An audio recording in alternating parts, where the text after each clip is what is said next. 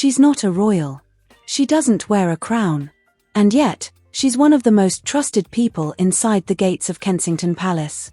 Behind the scenes of the royal family's polished public image is a woman trained like a bodyguard, educated like a teacher, and respected like royalty.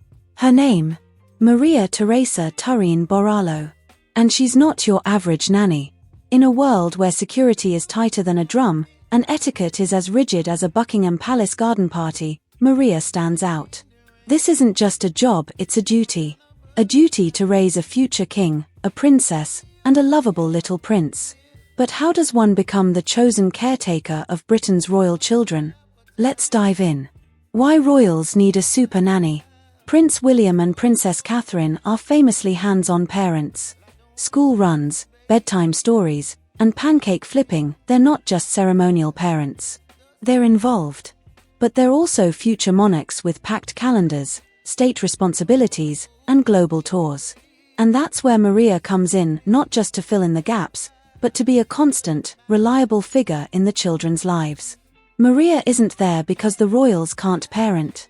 She's there because, in the whirlwind of royal life, the kids need consistency, and she brings exactly that.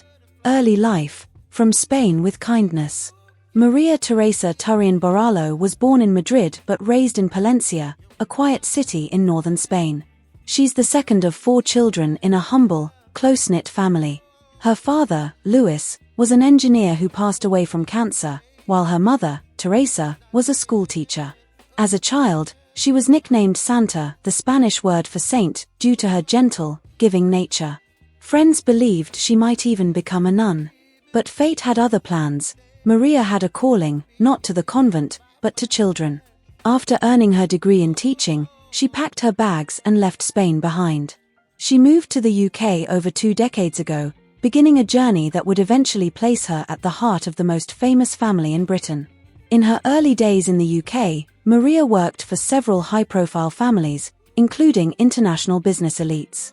Her reputation quickly grew not just for her professionalism but for her kindness and structured approach. Over time, she gained valuable experience managing the routines, emotions, and safety of children in high-pressure households. Joining the royals, a royal debut. Maria joined the royal household in March 2014, when Prince George was just 8 months old. Before Maria, Prince George was briefly under the care of William's former nanny, Jessie Webb, who came out of retirement at 72 just to help the couple. But Maria was chosen as the permanent solution, a blend of tradition, training, and trust.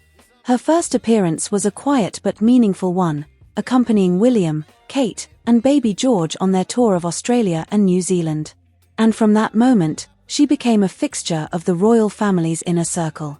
Since then, she's been involved in nearly every key milestone, from Prince Charlotte's first day of nursery school to Prince Louis' early outings. The Norland training, becoming a super nanny. Maria isn't just any nanny, she's a Norland nanny. Norland College, based in Bath, England, is the Harvard of nanny training. Since 1892, it has produced some of the world's most elite childcare professionals. Think of it as a blend of Hogwarts and military boot camp for nannies.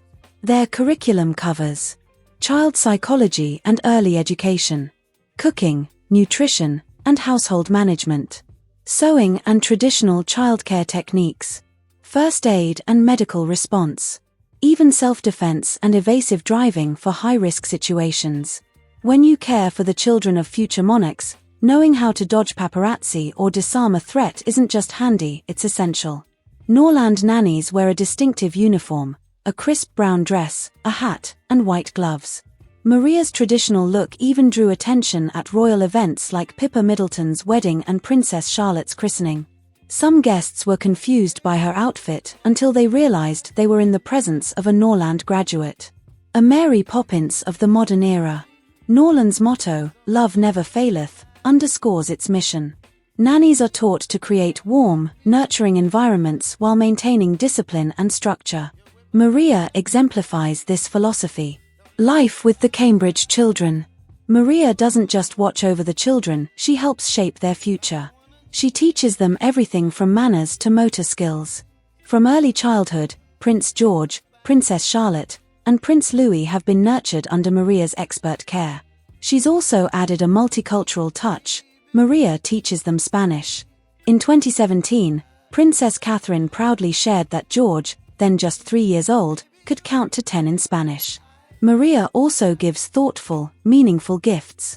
When Charlotte was introduced to the world outside St. Mary's Hospital in 2015, she wore a cream bonnet, a present from Maria, handmade and bought from a boutique in Spain. She's not just a caretaker. She's a mentor, a protector, and a second mother figure. She's responsible for organizing the children's schedules, planning their daily routines, supervising playdates, and ensuring that their time away from public events is just as educational and enriching. And despite working in such a high-profile environment, she fosters a sense of normalcy, emotional bond and discipline. Maria shares a close bond with the royal children. But she's not just affectionate, she's firm.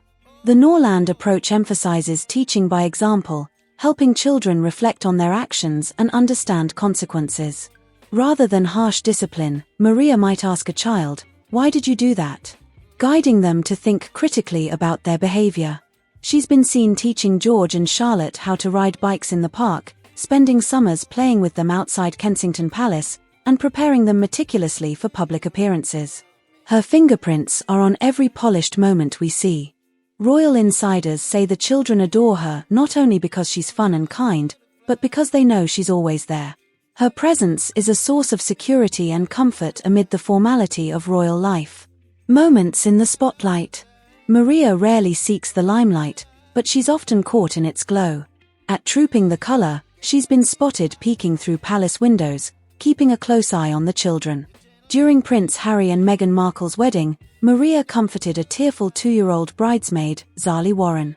At Princess Eugenie's wedding, she helped guide the flower girls, even riding in the car with Princess Charlotte.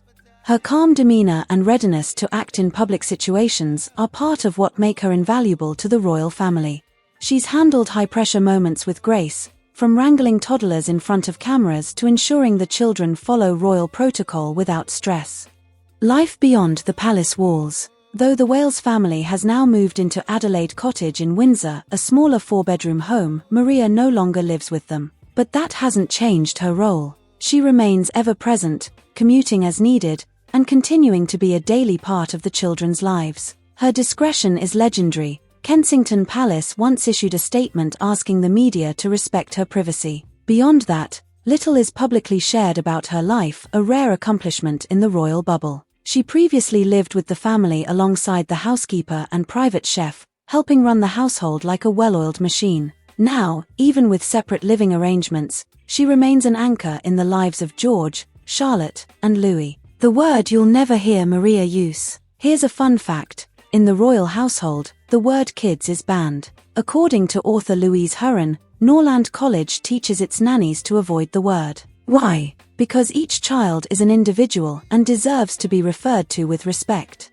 It's likely a rule Maria follows without fail. It's this level of detail, the respect, the etiquette, the consistency that sets Maria apart. Every element of her approach, from the language she uses to the way she sets up a playroom, is deliberate and designed to promote emotional well-being and a sense of order. Salary fit for a queen. So how much does it cost to hire a super nanny? While most UK nannies earn an average of £27,300 per year, Norland nannies, especially those working in London or with high-profile families, command much more. Maria's estimated salary? Anywhere from £70,000 to over £120,000 annually, considering her experience and role. And for what she provides, it's worth every penny. She's more than an employee, she's a guardian of the future king and his siblings. It's not just about the money, it's about trust. When you place your children in someone's care, especially as public figures, that person becomes a shield against the chaos.